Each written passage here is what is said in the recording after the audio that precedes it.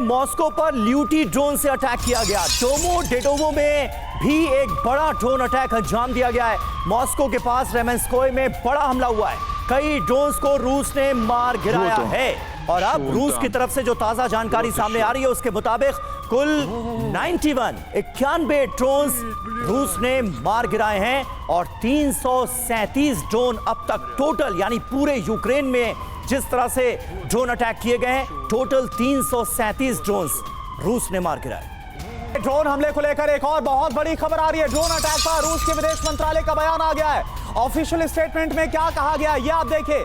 Kyiv ने बीती रात ड्रोन अटैक किया, रूस की तरफ से कंफर्म कर दिया गया। पहला ऑफिशियल स्टेटमेंट कि कीव ने इसको अंजाम दिया। ओएससी महासचिव मॉस्को दौरे पर थे। रूस की तरफ से कहा गया ओएससी यानी कि organisation for security and corporation in Europe, और तब इस हमले को अंजाम दिया गया। ब्रिगेडियर शर्तेंदु, एक तरफ मॉस्को और आसपास के इलाकों को बड़े पैमाने पर निशाना बनाया गया है। मुमकिन है कई लोगों की इसमें जान गई हो। इमारतों का हाल हमने अलग अलग वीडियोस, अलग अलग तस्वीरों में दिखाया। और दूसरी तरफ कुर्स में जंग भीषण होती हुई नजर आ रही है और रूस यूक्रेन पर हावी होता हुआ यहां नजर आ रहा है। जी हाँ, बिल्कुल।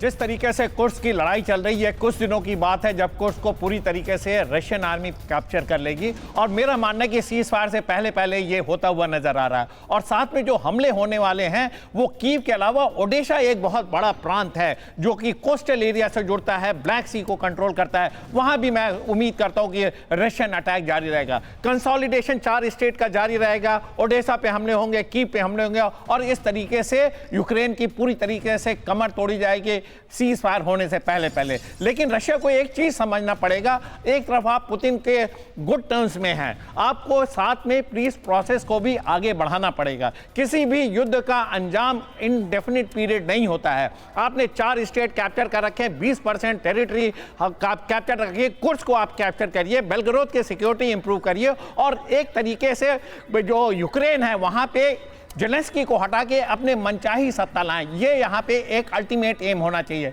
लेकिन ये सारी की सारी चीजें डिपेंड करती हैं कि आगे आने वाले दिनों में जेलेंस्की क्या रुख अपनाते हैं। यूरोपियन नेशन जिसमें यूके, जर्मनी और फ्रांस बहुत इंपॉर्टेंट रोल प्ले करते हैं, उनका क्या रुख होता है। एक तरफ वो अमेरिका को दरकिनार करके यूरोपियन यूनियन, यूरोपियन नेशन के तहत जेलेंस्की यूक्रेन की सिक्योरिटी चाहते हैं और साथ में एक प्रेशर बना हुआ है यूरोपियन नेशन द्वारा कि आप मिनरल डील साइन करिए, हम अमेरिका को अपने बरखलाफ नहीं जाने दे सकते, हमारी डिपेंडेंसी उनके ऊपर है। ये तमाम डायनेमिक्स हैं जो आज की डेट में जेलेंस्की के दिमाग में चल रहे हैं। लेकिन वो थिक हेड स्ट्रांग है, वो साइड टाइम टू टाइम अपने सिक्योरिटी इश्यूज बिल्कुल सही कहा ब्रिगेडियर साहब आपने।